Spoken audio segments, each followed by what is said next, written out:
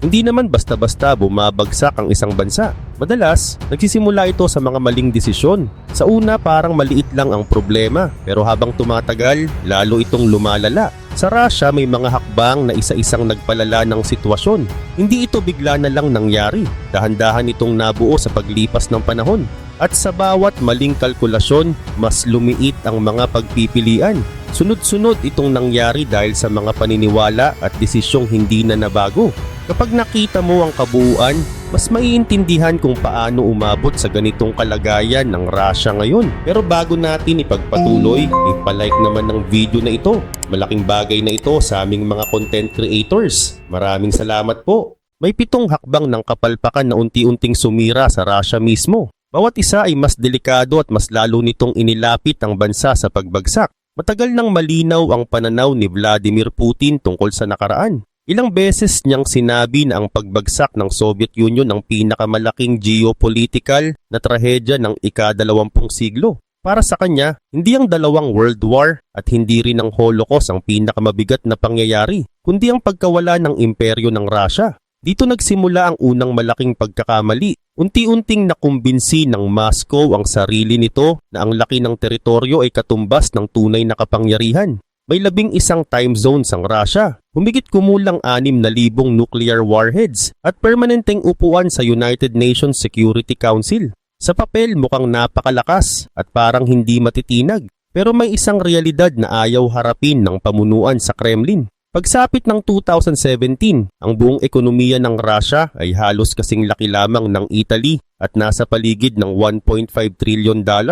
Mas maliit pa ito kaysa South Korea at halos kapantay lang ng Spain. Nais magmukhang superpower ng bansa, ngunit ang laki ng ekonomiya nito ay mas kahawig ng isang middleweight na estado. May isa pang problemang tahimik na lumalala. Hindi lumalaki ang populasyon ng Russia, kundi unti-unti itong kumukonti. Bumagsak ang birth rate at ang life expectancy ng kalalakihan ay nasa paligid ng 68 years, na halos kapareho ng ilang developing countries. Taon-taon, daan-daang libong tao ang nababawas dahil sa problema sa demographics. Kumikipot ang workforce, maraming kabataan ang umaalis at lumalaki ang bilang ng matatanda na kailangang suportahan ng Estado. Sa kabila ng mga senyales na ito, hindi ito nakita bilang pag-urong kundi bilang bahagi ng mas malaking misyon. Sa loob ng kanyang inner circle, bihira ang nagsasalita ng salungat sa gusto niyang marinig. Ang ilang intelligence report ay pinapaganda ang sitwasyon at ang ilang military briefing ay pinalalaki ang tunay na kakayahan ng sandatahang lakas. Kapag may advisor na nagbabala, madalas ay naitatabi o napapatahimik. Sa ganitong sistema, unti-unting nawala ang puwang para sa tapat na impormasyon. Napuno ang pamahalaan ng mga taong mas pinipiling sumang-ayon kaysa magsabi ng totoo. Kapag ang mga desisyon ay nakabase sa maling akala, imbes na sa malinaw na datos, nagiging delikado ang direksyon ng isang bansa. Pinaniwalaan nilang sapat ang takot at nuclear threats upang palitan ang kakulangan sa ekonomiya at ang mga kahinaan sa militar na dulot ng matagal na korupsyon. Inisip din nilang mahina at hindi magkakaisa ang kanluran at hindi ito magtutulungan laban sa kanila. Ang mga palagay na ito ang naging pundasyon ng susunod na hakbang. At nang kumilos ang pamunuan, naging konkretong aksyon ang mga maling paniniwala. Noong February 24, 2022, inilunsad ng Russia ang tinawag nitong Special Military Operation laban sa Ukraine. Sa pananaw ng Kremlin, magiging mabilis ang operasyon at babagsak agad ang Kyiv. Ayon sa mga ulat, naniwala ang ilang opisyal na tatakas ang gobyerno ng Ukraine at hindi magtatagal ang laban. May mga ahente raw na ipinadala bago pa man magsimula ang operasyon upang ihanda ang paglipat ng kontrol sa ilang lugar. May mga sundalong inihanda para sa isang maikling kampanya at may ilang unit pa na nagdala ng pang-dress parade na uniforme na para bang inaasahan ng mabilis na pagdiriwang ng tagumpay. Ang plano ay nakabatay sa ideya na hindi magtatagal ang labanan at hindi magiging malakas ang pagtutol. Ngunit iba ang nangyari sa realidad. Hindi bumagsak ang Kyiv sa loob ng ilang araw at hindi umatras ang pamahalaan ng Ukraine. Sa halip tumindi ang paglaban at nagsimula ang isang digmaan na mas mahaba at mas magastos kaysa sa inaasahan. Ang mabilis na operasyon na inaasahan ay nauwi sa isang malawak at komplikadong labanan na nagbukas ng panibagong yugto ng krisis para sa Russia. At sa puntong iyon, malinaw na ang unang dalawang hakbang ng kapalpakan ay hindi na simpleng pagkakamali, kundi mga desisyong may malalim at pangmatagalang epekto sa direksyon ng bansa. Ang planong victory parade sa Kyiv sa loob ng 72 hours ay hindi kailanman nangyari. Sa halip, humarap ang Moscow sa isang bagay na hindi nito inaasahan. Lumaban ang Ukraine. Hindi tumakas si Volodymyr Zelensky at hindi siya umalis ng bansa. Tinanggihan niya ang alok na evacuation. At malinaw ang sinabi niya na kailangan niya ng bala at hindi ng sakay palabas. Isang desisyon lamang iyon pero malaki ang epekto nito sa buong plano ng Russia.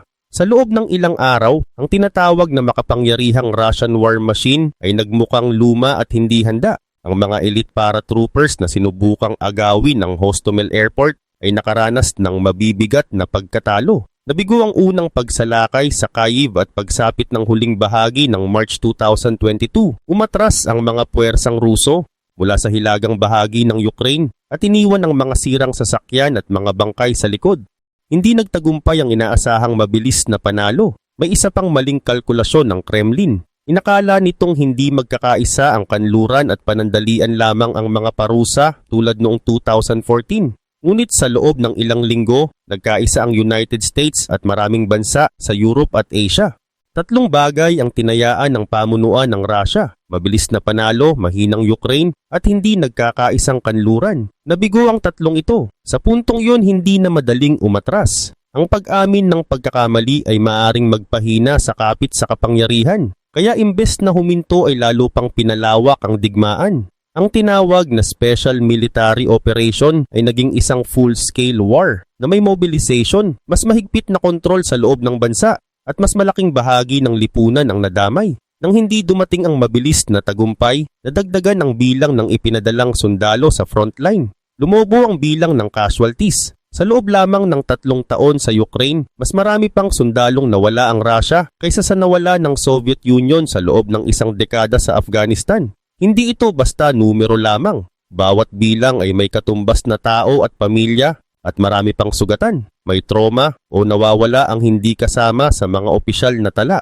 Habang tumatagal ang digmaan, nasisira ang pinakamahusay na mga unit at nauubos ang modernong kagamitan. Napilitan ang Russia na mag-recruit ng mga bilanggo, magpadala ng mga bagong conscripts na kulang sa training, at gumamit ng mas lumang kagamitan mula pa sa Cold War stockpiles. Ang hukbo na inaasahang magpakita ng lakas ay napilitang gamitin ng sarili nitong reserba para lamang magpatuloy. At habang nangyayari ito sa labanan, may isa pang tahimik na epekto sa loob ng bansa. Kapag ang isang estado ay patuloy na nagsasakripisyo ng mga tao at yaman para mapanatili ang imahe ng lakas, hindi lamang ito usapin ng digmaan sa labas, kundi unti-unting pagguho mula sa loob. Hindi rin pantay ang epekto ng digmaan sa loob ng Russia.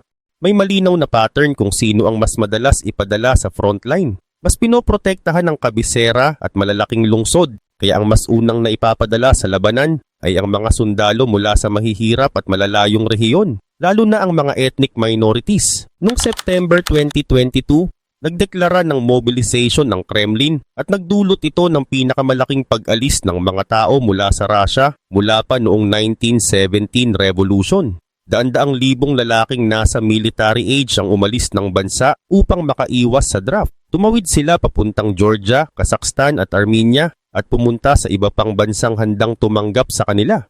Kadalasan ang umalis ay mga batang profesional at mga edukado na nasa prime working years. Sila ang mga taong mahalaga sa ekonomiya at sa pangmatagalang pag-unlad ng bansa.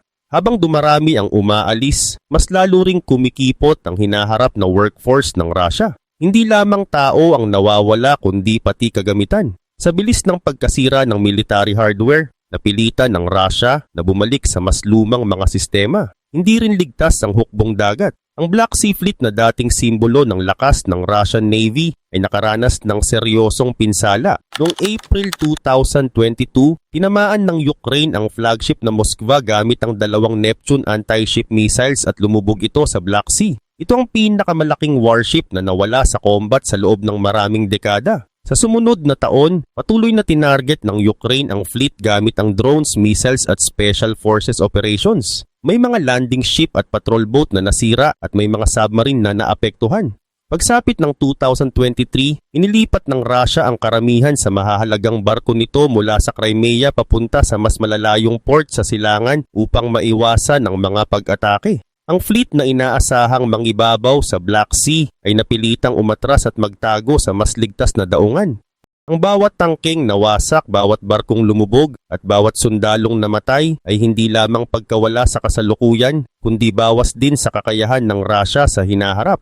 Sa kabila ng mga pagkaluging ito, nagpatuloy pa rin ang digmaan. Habang nauubos ang lakas militar, may mas tahimik na problema na lumalalim sa loob ng sistema. Sa ikalawang taon ng digmaan, hindi lamang sa battlefield nahihirapan ang Russia, kundi pati sa pagharap sa katotohanan. Ang tugon ng Kremlin sa lumalalang mga problema ay hindi ang pag-ayos sa ugat ng mga pagkakamali, kundi ang lalo pang paghihigpit sa kontrol ng impormasyon. Sa state media, ang mga pagkatalo ay tinatawag na tactical regrouping at ang mga pag-urong ay inilalarawan bilang gesture of goodwill.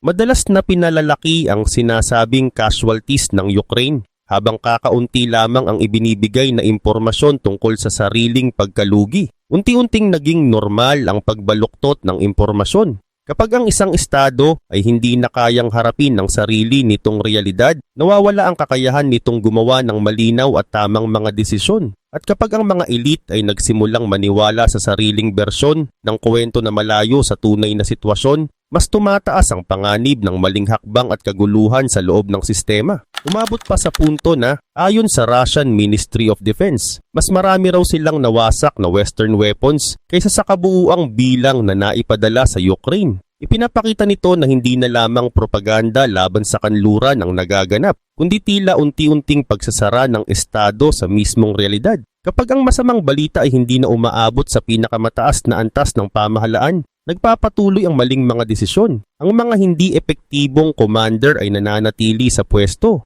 at ang mga problema sa logistics ay hindi naaayos. Nabuo ang isang sistemang kung saan ang pagsisinungaling ang nagiging paraan upang manatili sa loob ng kapangyarihan. Habang tumatagal ang digmaan, lumalala rin ang korupsyon. May mga defense contractor na nagde-deliver ng mababang kalidad na kagamitan at binubulsa ang natipid na pondo. May mga bagong mobilized na sundalo na dumarating sa frontline na kulang kahit sa basic gear dahil may mga pondong nawawala sa gitna ng proseso. May mga pamilya pang napilitang mag-crowdfund upang mabilhan ng night vision goggles at medical supplies ang kanilang mga anak. Ang sino mang magtanong o magreklamo ay madalas na pinapatahimik, inaaresto o nawawala. Sa ganitong kapaligiran, mas lalong humihina ang tiwala sa loob ng sistema. Noong June 2023, nagkaroon ng pangyayaring nagbukas ng mas malalim na bitak. Si Yevgeny Prigozhin, na dating malapit kay Putin at namuno sa Wagner Mercenary Group, ay nagsagawa ng armadong pag-aaklas. Libo-libong fighters ang nagmarcha patungong Moscow at inagaw ang Rostov-on-Don. Sa loob ng 36 hours, tila nasa gilid ng mas malawak na kaguluhan ng bansa. Inakusahan ni Prigozhin ang Defense Minister na si Sergei Shoigu at ilang general ng pagtataksil at kawalan ng kakayahan. Tinawag ni Vladimir Putin na pagtataksil ang pangyayari sa isang televised address at kalaunan ay umatras si Prigozhin. Ngunit kahit natapos ang pag-aaklas, naiwan ang epekto. Ang sistemang kilala bilang vertical of power na nakabatay sa mahigpit na kontrol mula sa itaas pababa ay nahamon ng sarili nitong nilikhang puwersa. Maraming sundalo ang naghintay lamang at hindi agad kumilos na nagpakita na hindi ganoon katatag ang kontrol ng pamunuan. Maging ang propaganda machine ay nagbago ng tono. Noong simula ng digmaan, madalas marinig sa state television ang kumpiyansa sa mabilis na tagumpay. Pagsapit ng 2023, nagsimula na silang magsabi na magiging mahaba ang digmaan at kailangan ng mas maraming sakripisyo. May ilang nationalist blogger at dating opisyal na nagsimulang magpahayag ng pagkadismaya. Si Igor Girkin, na dating intelligence officer at may papel sa mga pangyayari sa Donbas noong 2014, ay sumulat noong September 2022 na tila natatalo ang Russia at oras na lamang ang hinihintay. Habang lumalala ang sitwasyon, unti-unting nababawasan ang tiwala sa loob ng elite. Ang ilan ay naghahanda ng sariling safety net at ang iba ay mas naging maingat sa kanilang posisyon. Kapag nawawala ang kontrol ng gobyerno sa katotohanan, nawawala rin ang kakayahan nitong gumawa ng maayos na desisyon. Kasabay nito, lumalaki ang problemang pang-ekonomiya at pang-demografiya. malaki ang gastos ng digmaan at mas lalo itong bumibigat habang tumatagal. Upang pondohan ang labanan, ginamit ng Kremlin ang mga reserbang nakalaan sana para sa hinaharap ng bansa. Mahigit $60 billion ang naubos sa loob ng wala pang 4 na taon. Sa kasalukuyang bilis ng paggastos, may mga analis na nagsasabing maaaring maubos ang pondong ito pagsapit ng huling bahagi ng 2026. Kapag naubos ang mga reserba, hindi na lamang ito simpleng issue sa budget kundi mas malalim na hamon sa katatagan ng Estado. Kasabay ng pag-ubos ng pera ay ang pagliit ng populasyon. Daan-daang libong kabataang lalaki ang namatay, nasugatan o umalis ng bansa. Hindi rin agad bumabawi ang birth rate at lumiit ang bilang ng skilled workers. Mas naging dependent ang ekonomiya sa militar at sa energy exports. Habang patuloy ang digmaan, mas malinaw ang panganib na ang bansa ay gumagastos ng kinabukasan nito para sa isang labanan na nagsimula sa mga maling palagay. Ang tanong na unti-unting lumilitaw ay kung gaano katagal kayang tiisin ng isang estado ang ganitong pag-ubos ng sarili nitong lakas bago ito humarap sa mas malalim na krisis. Kapag naubos ang ipon ng isang bansa, may ilang mahirap na pagpipilian. Maari itong mag-imprenta ng mas maraming pera na may panganib ng mabilis na pagtaas ng presyo ng mga bilihin. O maaari itong humarap sa posibilidad ng default kapag hindi na kayang bayaran ang mga obligasyon. Halos 40% ng buong pambansang budget ang napunta sa militar, kaya ang ibang sektor ay kinailangang bawasan o isantabi. Sa ganitong sitwasyon, ang kasalukuyang digmaan ay pinupunduhan sa pamamagitan ng pagliit ng mga pondong dapat sana ay para sa hinaharap. Noong June 2025, nagsalita si Elvira Nabiulina sa isang forum sa St. Petersburg at sinabi niyang nagamit na ang maraming available na reserba ng bansa, kabilang ang labor force, production capacity, kapital sa banking system at pondo mula sa National Wealth Fund. Binanggit niya na marami sa mga ito ay depleted o halos ubos na.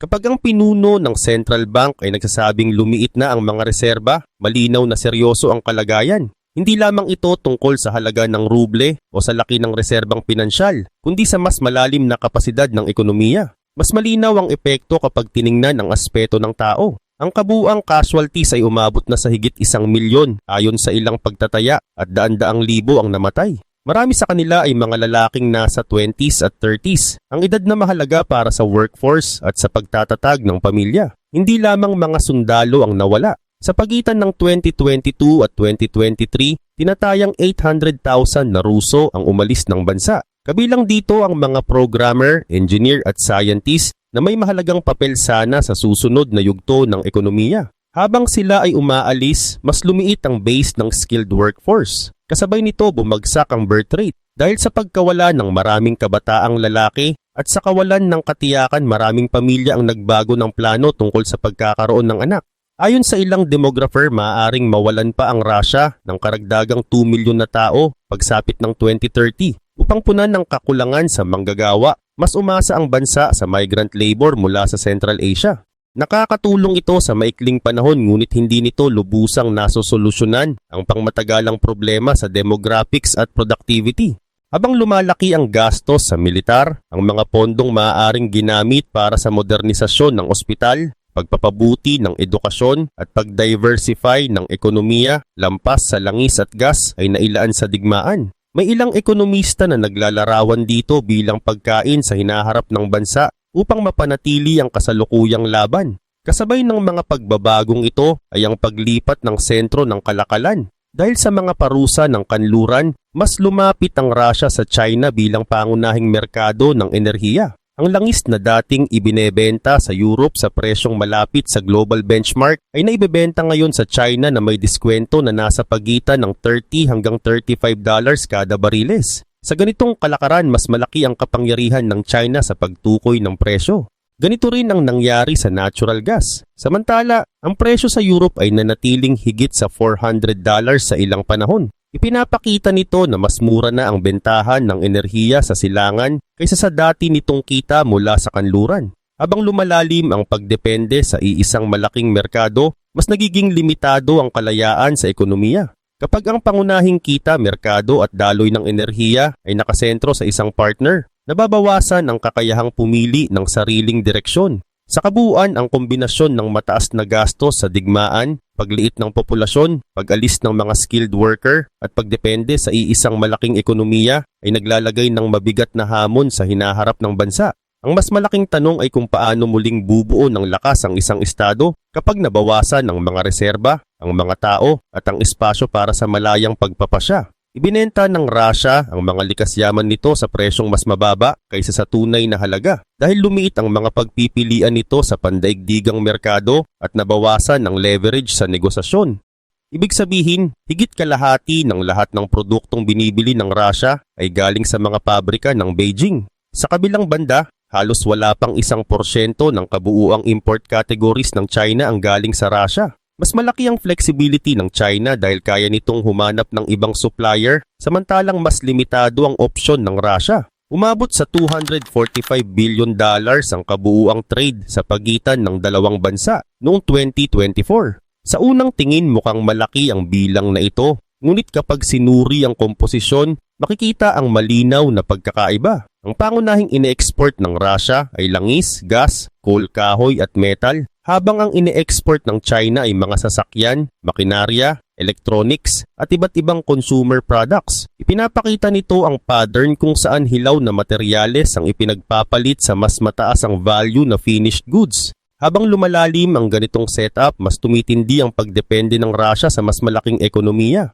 Sa aspeto ng pananalapi, nagbago rin ang sistema ng pagsettle ng trade. Mahigit 70% ng trade ng Russia at China ay nakasettle na sa yuan o ruble at hindi na sa dollar o euro. Bagamat maaaring makita ito bilang alternatibong mekanismo, malinaw na mas malaki ang kontrol ng Beijing sa yuan at sa mga patakaran kaugnay nito. Ibig sabihin ang Russia ay nakikipagkalakalan gamit ang currency na hindi nito kontrolado. Samantala, ipinapakita nito na hindi nakatuon ang malaking bahagi ng kapital ng Beijing sa pangmatagalang pag-unlad ng Russia, kundi mas nakabatay sa agarang interes at benepisyo. Sa larangan ng politika, may mga pahayag ng malapit na partnership, ngunit sa mga sensitibong issue tulad ng South China Sea, human rights at Taiwan, nananatiling maingat ang Moscow. Sa isang summit noong 2022, inamin pa ni Vladimir Putin na may mga tanong at pag-aalala si Xi Jinping tungkol sa digmaan sa Ukraine. Ipinapakita nito na sa ilang pagkakataon, ang Moscow ang kailangang mag-adjust. Sa loob lamang ng ilang taon, nagbago ang imahe ng Russia mula sa bansang nais mangibabaw sa rehiyon tungo sa bansang mas umaasa sa mas malakas na ekonomiya para sa kalakalan at kita. May isa pang aspeto na mas sensitibo at mas mahalaga sa pandaigdigang seguridad. Tinatayang may 5,977 nuclear warheads ang Russia, nakabilang sa pinakamalaking stockpile sa mundo. Ang pagkakaroon ng ganitong kakayahan ay may kasamang malaking responsibilidad at nangangailangan ng malinaw na chain of command at matatag na institusyon. Sa kabuuan ng digmaan, ilang beses nagbanggit si Putin ng posibilidad ng paggamit ng lahat ng paraan upang ipagtanggol ang Russia, lalo na noong September 2022 nang ideklara ang annexation ng ilang teritoryo sa Ukraine. Ang ganitong mga pahayag ay may layuning magpadala ng mensahe sa ibang bansa tungkol sa determinasyon ng Moscow. Kapag ang isang nuclear power ay matatag ang sistema, malinaw ang utos at maayos ang kontrol sa loob, mas mababa ang panganib ng maling hakbang. Ngunit kapag ang estado ay dumaraan sa tensyon, pag-aalinlangan sa loob ng elite at mga insidente ng pag-aaklas tulad ng nangyari kay Yevgeny Prigozhin noong 2023, nagiging mas mahalaga ang katatagan ng mga institusyon. Ang tunay na panganib sa ganitong sitwasyon ay hindi lamang intensyon, kundi ang kakayahan ng sistema na manatiling maayos at kontrolado sa gitna ng krisis. Kapag may kalituhan, kakulangan sa tiwala, o mabilis na pagbabago sa kapangyarihan, tumataas ang pangangailangan para sa malinaw na komunikasyon at matatag na pamamahala upang maiwasan ang pagkakamali. Sa kabuuan, ang 7 antas na ito ay nagpapakita ng sunod-sunod na desisyon at pangyayaring may pangmatagalang epekto. Dapat sana ay matakot ang kanluran sa paulit-ulit na pagbanggit ng nuclear option. Ngunit habang mas madalas itong inuulit, mas nababawasan ang epekto nito at nagiging bahagi na lamang ng ingay sa politika. Unti-unting humihina ang dating bigat ng nuclear tabu na inaasahang magsisilbing panakot. Ang mas seryosong tanong ay kung ano ang mangyayari kung dumating ang araw na hindi na lamang banta ang mga pahayag. Kung haharap ang Russia sa malinaw na pagkatalo at malalagay sa panganib ang mismong rehimen, posible bang pag-isipan ang paggamit ng mas matinding hakbang? May mga analyst na nagsasabing hindi ito ang pinakamalamang na mangyari, ngunit hindi rin ito tuluyang maaalis sa listahan ng mga posibilidad. May isa pang aspeto na mas nakatuon sa katatagan ng sistema kaysa sa intensyon ng liderato. Noong June 2023, ang pag-aaklas ng Wagner Group ay nagpakita kung gaano kabilis maaring magbago ang sitwasyon sa loob ng bansa. Sa loob ng 36 na oras, nasa ilalim ng matinding pressure ang chain of command habang papalapit sa Moscow ang puwersa ni Yevgeny Prigozhin at may mga unit ng militar na naghintay muna bago kumilos. May mga pahayag din si Vladimir Putin na nagbibigay diin sa papel ng Russia sa pandaigdigang balanse ng kapangyarihan. Kapag ang retorika ay nagiging mas matindi sa gitna ng krisis, mas mahalagang pag-aralan kung paano pinananatili ang checks and safeguards sa loob ng sistema. Ang pag-asa na may mga rational advisors at malinaw na safeguards ay bahagi ng umiiral na balangkas ng deterrence. Ngunit ang katatagan ng mga ito ay nakadepende sa kalagayan ng Estado. Ang pinakadelikadong sitwasyon ay hindi lang ang paggamit ng armas, kundi ang posibilidad ng pagkakamali sa gitna ng tensyon at kalituhan. Kapag ang isang bansang may libu-libong nuclear warheads ay dumaraan sa matinding krisis sa loob, mas nagiging mahalaga ang maayos na pamamahala at malinaw na kontrol. Mula sa maling pagbasa sa sariling lakas, sa pagpasok sa isang digmaan na mas mahaba kaysa inaasahan, hanggang sa pagliit ng ekonomiya at populasyon, unti-unting lumitaw ang mga panganib. Hindi ito nangyari sa isang iglap. Sunod-sunod itong mga desisyon na may mabigat na epekto. Habang humihina ang militar, humina rin ang kakayahan ng Estado. Para maipagpatuloy ang digmaan, isinugal ang ekonomiya at kinabukasan ng maraming tao. Nabawasan ng reserba. Umalis ang mga profesional. Maraming kabataan ang nawala sa labanan o umalis ng bansa. Sa pagharap sa pressure at isolation, mas lalo itong umasa sa mas malakas na ekonomiya. Lumalim ang ugnayan sa China at naging mas malinaw ang papel nito bilang tagapagtustos ng enerhiya at hilaw na materyales.